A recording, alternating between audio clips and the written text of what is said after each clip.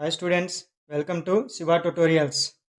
గ్రామ సచివాలయానికి ఎవరైతే అప్లై చేసుకున్నారో వాళ్ళందరికీ నా క్లాస్ అనేది చాలా యూజ్ అవుతుంది. సో ఎందుకంటే ప్రతి ఎగ్జామ్లో కంప్యూటర్ బిట్స్ అనేవి కామన్గా ఇస్తున్నారు. నెక్స్ట్ అదేవిధంగా ఎవరైతే డిజిటల్ అసిస్టెంట్కి అప్లై చేసుకున్నారో వాళ్ళకి ఈ క్లాస్ అనేది చాలా యూజ్ అవుతుంది. సో మ్యాక్సిమం వీటిలో నుంచే రావటానికి పాసిబిలిటీ అనేది ఉంది. సో ఫస్ట్ బిట్ ఏంటంటే which one is not a reserved keyword in C language. So C లాంగ్వేజ్లో వచ్చేసరికి మనకి కీవర్డ్స్ అనేవి 32 కీవర్డ్స్ ఉన్నాయి. సో ఆ కీవర్డ్స్ అనేవి రిజర్వ్డ్గా మనకి ఏంటంటే ఇంట్, క్యారెక్టర్, ఫ్లోట్ ఇలా నెంబర్ ఆఫ్ కీవర్డ్స్ అనేవి ఉన్నాయి. ఆ కీవర్డ్స్లో ఇక్కడ మనకి ఇచ్చిన ఆప్షన్స్లో ఆటో, నెక్స్ట్ అదేవిధంగా మెయిన్, కేస్, రిజిస్టర్ వీటిల్లో కీవర్డ్ కానిది ఏది అని అడుగుతున్నాడు.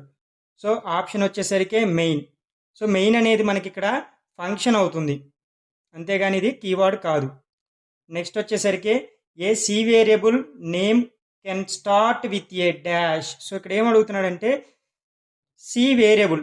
సో ఏంటంటే ఎగ్జాంపుల్కి ఇంట్ ఏ ఈజ్ ఈక్వల్ టు 10 అని నేను అక్కడ మెన్షన్ చేశాను. సో క్లియర్గా వినండి, ఇంట్ ఏ ఈజ్ ఈక్వల్ టు 10 అని మెన్షన్ చేశాను. సో అక్కడ 10 అనేది మనకి ఎక్కడికి వెళ్ళి స్టోర్ అవుతుందంటే ఏలోకి వెళ్ళి స్టోర్ అవుతుంది. ఏ అనేది ఏంటంటే స్టోరేజ్ లొకేషన్. ఆ ఏనే మనం వేరియబుల్ అంటున్నాం. So variable is nothing but called a storage location. So ఇప్పుడు ఆ ఇంట్ పక్కన మనం ఇచ్చే వేరియబుల్ నేమ్ అనేది ఎలా ఇవ్వాలి, సో అదేవిధంగా ఎలా ఇస్తే మనకి పాసిబిలిటీ అంటే అది యాక్సెస్ తీసుకుంటుంది అంటే, సో ఇక్కడ చూడండి కింద ఆప్షన్స్ ఇచ్చాడు, నెంబర్, అదేవిధంగా plus sign, next under score, asterisk symbol. So ఇక్కడ ఏంటంటే మనం నెంబర్ క్యారెక్టర్స్తో ఇవ్వచ్చు, అదేవిధంగా అండర్ స్కోర్తో కూడా మనం ఇవ్వచ్చు. సో ఇక్కడ ఆప్షన్ సి అనేది ఆన్సర్ అవుతుంది. సో నెక్స్ట్ వచ్చేసరికి name the loop that executes at least once. So ఇక్కడ ఏం జరుగుతుందంటే ఒక్కసారైనా ఎగ్జిక్యూట్ జరిగే లూప్ పేరేంటి అని అడిగారు. సో జనరల్గా ఏంటంటే వైల్ అనేది ఏం జరుగుతుందంటే ఫస్ట్ మనకి కండిషన్ చెక్ చేస్తుంది, కండిషన్ కనుక ఫాల్స్ అయితే ఎగ్జిట్ అవుతుంది. సో బాడీలోకి వచ్చి ప్రింట్ అవ్వదు. ఇఫ్ కండిషన్ కూడా అంతే, కండిషన్ చెక్ చేస్తుంది, ట్రూ అయితే ప్రింట్ అవుతుంది, ఫాల్స్ అయితే ఎగ్జిట్ అవుతుంది. ఫర్ కండిషన్ కూడా ఏం జరుగుతుందంటే ట్రూ అయితే మనకి కంటిన్యూషన్ జరుగుతుంది, ఫాల్స్ అయితే ఎగ్జిట్ అయ్యి వెళ్ళిపోతుంది. కానీ డూ వైల్ వచ్చేసరికి ఏం జరుగుతుందంటే ఫస్ట్ డూ ఉంటుంది, తర్వాత బాడీ ఉంటుంది, ఆ తర్వాత వైల్ ఉంటుంది. సో కండిషన్ అనేది మనం లాస్ట్లో చెక్ చేస్తాం కాబట్టి పైన ఇన్స్టలేషన్ i = 1 ఇస్తే 1 అనేది ప్రింట్ అయ్యి తర్వాత వైల్లోకి వచ్చి కండిషన్ చెక్ చేసుకుంటుంది. సో ఒక్కసారైనా ఇక్కడ క్లియర్గా చూడండి, name the loop that executes at least once అన్నాడు. ఒక్కసారైనా మనకి ఎగ్జిక్యూషన్ జరిగేది ఏంటి అంటే ఆప్షన్ వచ్చేసరికి మనకి సి అంటే డూ వైల్ అవుతుంది. నెక్స్ట్ చూడండి, far pointer can access. So pointers అనేవి జనరల్గా మనకి నెంబర్ ఆఫ్ టైప్స్ ఉంటాయి. సో ఇందులో ఏంటంటే far pointer can access, far pointer అనేది ఏం యాక్సెస్ చేసుకుంటుంది అని క్వశ్చన్ అడిగారు. So single memory location use చేసుకుంటుందా, నో మెమొరీ లొకేషన్ యూజ్ చేసుకుంటుందా అంటే ఏ మెమొరీని యూజ్ చేసుకోదా, ఆల్ మెమొరీ లొకేషన్ యూజ్ చేసుకుంటుందా, first and last memory location use చేసుకుంటుందా. సో ఇక్కడ ఏంటంటే మనకి ఫార్ అనేది మనకి ఆల్ మెమొరీ లొకేషన్ని యూజ్ చేసుకుంటుంది. So next bit, A pointer pointing to A memory location. So pointer అనేది ఏం చేస్తుంది, మెమొరీ లొకేషన్ పాయింట్ చేస్తుంది. Of the variable even after dilation of the variable is noun as అంటున్నాడు. So ఇక్కడ ఏం జరుగుతుందంటే pointer అనేది మెయిన్ ఏమేంటి, లొకేషన్ని పాయింట్అవుట్ చేయటం, లొకేషన్ని స్టోర్ చేసుకోవటం. సో ఇలా లొకేషన్ని స్టోర్ చేసుకునేటప్పుడు అక్కడ డిలేట్ చేసింది చూడండి, ఇక్కడ variable even after dilation of the variable అంటున్నాడు. సో డిలేషన్ జరిగిన తర్వాత కూడా వేరియబుల్ స్టోర్ చేసుకునేదాన్ని ఏమని అంటారు అంటున్నాడు, ఈజ్ నౌన్ యాజ్ అంటున్నాడు. సో ఆప్షన్ వచ్చరికే ఫార్ పాయింటరా కాదు. నెక్స్ట్ అదేవిధంగా dangling pointer, null pointer, void pointer అంటున్నాడు. సో వాయిడ్ మీన్స్ ఏంటంటే నథింగ్ అని, నల్ మీన్స్ ఏంటంటే నథింగ్ అని. సో ఇక్కడ ఏం జరుగుతుందంటే డిలేషన్ అయిన తర్వాత కూడా దాన్ని మనం యూటిలైజ్ చేసుకునేది, memory location of the variable even after dilation of the variable. So దాన్ని వచ్చేసరికి మనకు ఆప్షన్ వచ్చేసరికి డాంగ్లింగ్ అవుతుంది. డాంగ్లింగ్ పాయింటర్ అనేది ఏంటంటే యూజ్ చేసుకుంటుంది.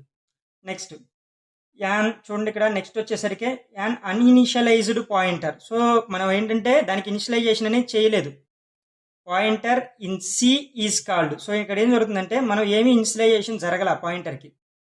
సో దాన్ని ఏమంటారు? ఇన్సులేషన్ జరిగితే ఏమంటారు, ఇన్సులేషన్ జరగకపోతే ఏమంటారు? సో జరగకపోతే ఏమంటున్నారంటే ఇక్కడ చూడండి క్లియర్గా, వైల్డ్ పాయింటర్, ఆప్షన్ సి అవుతుంది. ఇన్సులేషన్ జరగకపోతే వైల్డ్ పాయింటర్ అని అంటారు. Next, A pointer that is pointing to nothing is called. So అసలు ఏమీ పాయింటింగ్ చేయలేదు, సో దాన్ని ఏమంటారు? సో పాయింటింగ్ ఏమీ చేయకపోతే దాన్ని ఏమంటారంటే నల్ పాయింటర్ అంటారు. So option C, null pointer. Next అదేవిధంగా prototype of a function means. So function prototype means ఏంటి? కింద ఆప్షన్స్ చూడండి. Name of the function, prototype అనేది ఫంక్షన్ నేమ్ అవుతుందా? Output of the function, output అవుతుందా? Declaration of the function, declaration అవుతుందా? Input of the function, input అవుతుందా? So ఏంటంటే prototype అనేది మనం ఎక్కడ యూజ్ చేసుకుంటున్నాం అంటే డిక్లరేషన్ పార్ట్లో యూజ్ చేసుకుంటున్నాం, అది ఫంక్షన్లో. సో ఇక్కడ చూడండి క్లియర్గా ఆన్సర్ వచ్చేసరికి declaration of function, option C. So next, HTML is what type of language అంటున్నాడు. సో క్లియర్గా చూడండి, HTML అనేది ఏ టైప్ ఆఫ్ లాంగ్వేజ్? మనకి ప్రోగ్రామింగ్ లాంగ్వేజ్ ఉంటుంది, స్క్రిప్టింగ్ లాంగ్వేజ్ ఉంటుంది, మార్కప్ లాంగ్వేజ్ ఉంటుంది. సో ప్రోగ్రామింగ్ లాంగ్వేజ్ అంటే ఏంటంటే C++, జావా, ఇవి ప్రోగ్రామింగ్ లాంగ్వేజ్ అవుతాయి. స్క్రిప్టింగ్ లాంగ్వేజ్ అంటే జావా స్క్రిప్ట్ అవుతుంది. సో HTML అనేది ఏమవుతుంది? Markup language. So option B అనేది మనకి ఆన్సర్ అవుతుంది. Next, fundamental HTML black is noun as అంటున్నాడు. సో ఫండమెంటల్ HTML బ్లాక్ అంటే ఏంటి అని ఇక్కడ మనల్ని క్వశ్చన్ అడిగాడు. సో ఇక్కడ చూడండి, ఫస్ట్ HTML బాడీ అనేది ఫండమెంటల్ అవుతుందా? కాదు. నెక్స్ట్, HTML ట్యాగ్ అవుతుందా? HTML అట్రిబ్యూట్ అవుతుందా? HTML ఎలిమెంట్ అవుతుందా? సో ఆన్సర్ వచ్చేసరికి HTML tag. So option B అనేది మనకి ఇక్కడ ఆన్సర్ అవుతుంది. So next, what should be the first tag in any HTML document. So HTMLని స్టార్ట్ చేసేటప్పుడు మనకి ఫస్ట్ ఏది ఉంటుంది అని అడిగారు. సో ఆన్సర్ వచ్చేసరికి ఏంటంటే HTML ట్యాగ్. సో స్టార్టింగ్ అనేది మనకి ఏమవుతుందంటే HTML ట్యాగ్తోనే స్టార్ట్ అవుతుంది. Next, how can you make a bulleted list with numbers. So ఇక్కడ ఏం జరుగుతుందంటే మనకి ఆర్డర్ లిస్ట్, అన్ఆర్డర్ లిస్ట్ అనేవి కొన్ని ఉంటాయి. సో ఇక్కడ ఏంటంటే బుల్లెట్ సింబల్స్ అనేవి రావాలి అంటే ఇక్కడ చూడండి, bulleted list with numbers. So నెంబర్స్తో మనకి డిస్ప్లే అవ్వాలి అంటే, సో నెంబర్స్ అనేవి రావాలి అంటే మనం ఏమి యూజ్ చేసుకుంటున్నాం. సో ఇక్కడ ఆన్సర్ వచ్చేసరికి ఏంటంటే డిఎల్ అన్నాడు, ఓఎల్ అన్నాడు, లిస్ట్ అన్నాడు, యూఎల్ అన్నాడు. సో ఇక్కడ ఏంటంటే ఆర్డర్ లిస్ట్. సో ఓఎల్కి వచ్చేసరికి ఆర్డర్ లిస్ట్. ఆన్సర్ వచ్చేసరికి ఏంటంటే option B. So next bit వచ్చేసరికి what tag is used to display a picture in a HTML page. So HTML పేజ్లో మనకి పిక్చర్ అనేది డిస్ప్లే అవ్వాలంటే మనం ఏ ట్యాగ్ని యూజ్ చేసుకుంటాం? ఇది చాలా important tag. So picture tag అనేది యూజ్ చేస్తామా? ఇమేజ్, IMAGE, ఇమేజ్ అనేది యూజ్ చేస్తామా? IMG అనేది యూజ్ చేస్తామా? SRC, IMG SRC అని యూజ్ చేస్తాం. కానీ ఇక్కడ దాన్ని ఇమేజ్ ట్యాగ్ అని అంటారు, IMG ట్యాగ్ అంటారు. సో ఆప్షన్ సి అవుతుంది. ఈ ఇమేజ్లో మనకి SRC అనేది యూజ్ చేసుకుంటాం. HTML web page can be read by. So HTML web page అనేది దేని చేత రీడ్ చేయబడుతుంది? కంపైలర్తోనా, నెక్స్ట్ అదేవిధంగా సర్వర్తోనా, నెక్స్ట్ వెబ్ బ్రౌజర్తోనా, నెక్స్ట్ వచ్చేసరికి ఇంటర్ప్రేటర్తోనా. సో ఆప్షన్ వచ్చేసరికి మనకి వెబ్ బ్రౌజర్తో మాత్రమే అది రీడ్ చేయబడుతుంది. సో ఆన్సర్ వచ్చేసరికి వెబ్ బ్రౌజర్ అవుతుంది. నెక్స్ట్ బిట్ వచ్చేసరికి which of the following is not A browser. So ఇక్కడ ఇచ్చిన వాటిల్లో బ్రౌజర్ కానిది ఏంటి అని అడుగుతున్నాడు. సో మ్యాక్సిమం ఇలాంటి బిట్స్ అనేవి ఎక్కువగా అడుగుతూ ఉంటారు. సో ఆన్సర్స్ చూడండి, Microsoft, Bing, Netscape, Navigator, Mozilla, Firefox, Opera mini. So ఇక్కడ ఏంటంటే ఒపేరా అనేది బ్రౌజరే, మొజిలా ఫైర్ ఫాక్స్ అనేది బ్రౌజరే, నెట్స్కేప్, నావిగేటర్ అనేది కూడా బ్రౌజరే. సో ఇప్పుడు మనకి కాంది ఏమవుతుంది? మైక్రోసాఫ్ట్, బింగ్ అనేది మనకి ఆన్సర్ అవుతుంది. So option A. నెక్స్ట్ వచ్చేసరికి which HTML tag produce the biggest heading. So హెడ్డింగుల్లో మనకి పెద్ద హెడ్డింగ్ కావాలి అంటే సైజులను చూసి మనం అట్లా డిసైడ్ చేసుకోకూడదు. H7 అనేది పెద్దగా ఉంది, లేకపోతే H9 అనేది ఉన్న వాటిలో పెద్దది కాబట్టి H9 అనే ఆప్షన్ పెట్టుకోకూడదు. సో ఆప్షన్ వచ్చేసరికి ఆన్సర్ వచ్చేసరికి మనకి H1 అనేది మనకి హైయెస్ట్ హెడ్డింగ్ అవుతుంది. H1 to H6. So H2 అనేది కొంచెం తగ్గుతుంది, H3 అనేది ఇంకొంచెం తగ్గుతుంది. సో అట్లాగా మనకి H6 దాకా హెడ్డింగ్స్ అనేవి ఉన్నాయి. అందులో H1 అనేది హైయెస్ట్ హెడ్డింగ్ అవుతుంది. So next HTML tag are surrounded by which type of brackets. So HTMLలో మనం ఏ టైప్ ఆఫ్ బ్రాకెట్స్ని యూజ్ చేసుకుంటామని క్వశ్చన్ అడిగాడు. సో సర్కిల్ అనేది యూజ్ చేసుకుంటామా, నెక్స్ట్ అదేవిధంగా కర్ల్ అనేది యూజ్ చేసుకుంటామా, రౌండ్ అనేది యూజ్ చేసుకుంటామా, స్క్వేర్ అనేది యూజ్ చేసుకుంటామా, యాంగులర్ అనేది యూజ్ చేసుకుంటాం. సో యాంగులర్ బ్రాకెట్ అనేది మనం ఇక్కడ యూజ్ చేసుకుంటాం. ఆన్సర్ వచ్చేసరికి ఆప్షన్ డి. సో నెక్స్ట్ వచ్చేసరికి tag and text that are not directly displayed. So డైరెక్ట్గా డిస్ప్లే చేయదంట on the page are written in dash section. So ఇక్కడ ఏంటంటే మనం ట్యాగ్స్ అనేవి నెక్స్ట్ అదేవిధంగా టెక్స్ట్ అనేది డిస్ప్లే అవ్వవు డైరెక్ట్గా. సో దేంట్లో రాస్తే మనకి డిస్ప్లే అవ్వదు అంటున్నాడు. సో టైటిల్ సెక్షన్లోనా, బాడీ సెక్షన్లోనా, HTMLలోనా, హెడ్లోనా అని అడిగాడు. సో ఇక్కడ ఏంటంటే హెడ్లో కనుక మనం టెక్స్ట్ అనేది నెక్స్ట్ అదేవిధంగా ట్యాగ్స్ అనేవి రాస్తే డైరెక్ట్గా డిస్ప్లే అనేది జరగదు. సో ఆప్షన్ వచ్చేసరికి మనకి option A head. Next which of the following data structure are. So ఇక్కడ నుంచి డేటా స్ట్రక్చర్ వస్తుంది, క్లియర్గా చూడండి, చాలా ఇంపార్టెంట్ బిట్సే తీశాను. Which of the following data structure are indexed structure అంటున్నాడు.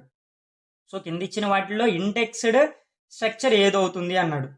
So linear arrays, linked list, both A and B, none of these. So ఇక్కడ ఏంటంటే ఇండెక్సెస్ అనేవి మనకి ఇండెక్స్డ్ అనేది ఎక్కడ జరుగుతుందంటే ఎరేస్లోనే జరుగుతుంది. అందులో కూడా ఏంటంటే లీనియర్ ఎరేస్లో మనకి ఇక్కడ డేటా స్ట్రక్చర్లో జరుగుతుంది. So option A. నెక్స్ట్ వచ్చేసరికి 2 dimensional arrays are also called అంటున్నాడు. సో 2 డైమెన్షనల్ ఎరే మనం ఏమని పిలుస్తున్నాం అన్నాడు. సో టేబుల్స్ ఎరేస్ అంటున్నాడా, మ్యాట్రిక్స్ ఎరేస్ అంటారా, లేకపోతే ఏ అండ్ బియా, none of these are. So ఇక్కడ ఏంటంటే టేబుల్ ఎరేస్ అని అంటారు, అదేవిధంగా మ్యాట్రిక్స్ ఎరే అని కూడా దీన్ని పిలుస్తారు. కాబట్టి ఆప్షన్ వచ్చేసరికి option C, both. Next bit ఏంటంటే the situation when in a linked list start is equal to null is dash అంటున్నాడు. సో ఇక్కడ ఏం జరుగుతుందంటే మనం ఏదైనా ఒక వాల్యూ అనేది ఇన్సెట్ చేయాలి అనుకుంటున్నాను. So end is equal to ఏం జరిగిందంటే n-1 అయింది. సో అంటే ఏంటంటే మనకి ఫుల్ అయిపోయినట్టు వస్తుంది.